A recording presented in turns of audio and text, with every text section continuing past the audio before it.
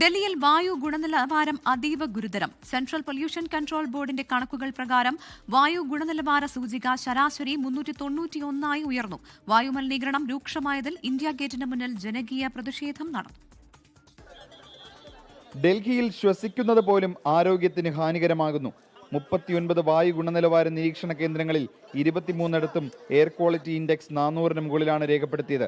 ഏറ്റവും ഉയർന്ന AQI രേഖപ്പെടുത്തിയത് ബവാനയിൽ 436. നഗരത്തിൽ ഗ്രേഡഡ് റെസ്പോൺസ് ആക്ഷൻ പ്ലാനിലെ മലിനീകരണ നിയന്ത്രണ നടപടികൾ തുടരുകയാണ്. ഡൽഹി സർക്കാരിന്റെയും മുനിസിപ്പൽ കോർപ്പറേഷന്റെയും ജീവനക്കാർക്കായി മുഖ്യമന്ത്രി രേഖ ഗുപ്ത കഴിഞ്ഞ ദിവസം ഷിഫ്റ്റ് സമയങ്ങളിൽ മാറ്റം നിർദ്ദേശിച്ചിരുന്നു. വാഹനത്തിരക്ക് കുറയ്ക്കുന്നതിലൂടെ മലിനീകരണം നിയന്ത്രിക്കുക എന്ന ലക്ഷ്യത്തോടെ നവംബർ 15 മുതൽ ഫെബ്രുവരി 15 വരെ 3 മാസത്തേക്കാണ് സമയമാറ്റം നടപ്പാക്കുന്നത്. AQI 400-ന് മുകളിലെത്തിയാൽ ആക്ഷൻ പ്ലാൻ 3-ാം ഘട്ടം നടപ്പിലാക്കും. കഴിഞ്ഞ വർഷം ഡിസംബർ മാസത്തിലാണ് AQI 400 കടന്നത്.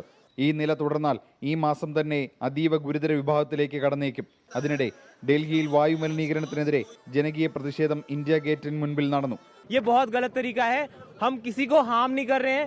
हम बस साफ साफ कह रहे हैं कि चाहे कोई सी गवर्नमेंट हो, लेकिन इंसान कॉमन मैन यहाँ पे मर रहा है. कॉमन मैन यहाँ पे मर रहा है और कोई पॉलिसीज नहीं आ रही है. सरकार डेटा को छुपा रही है.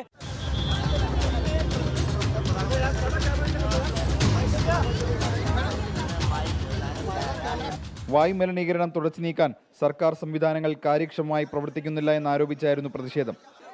24 ഡൽഹി. ലോകത്തെവിടെയായാലും ഏത് സമയത്തും 24 വാർത്തകളും ഓഗ്മെന്റഡ് റിയാലിറ്റി പാക്കേജുകളും എക്സ്പ്ലെയിനറുകളും വിശദമായി കാണാൻ ഞങ്ങളുടെ യൂട്യൂബ് ചാനൽ നിങ്ങൾക്ക് സബ്സ്ക്രൈബ് ചെയ്യാം.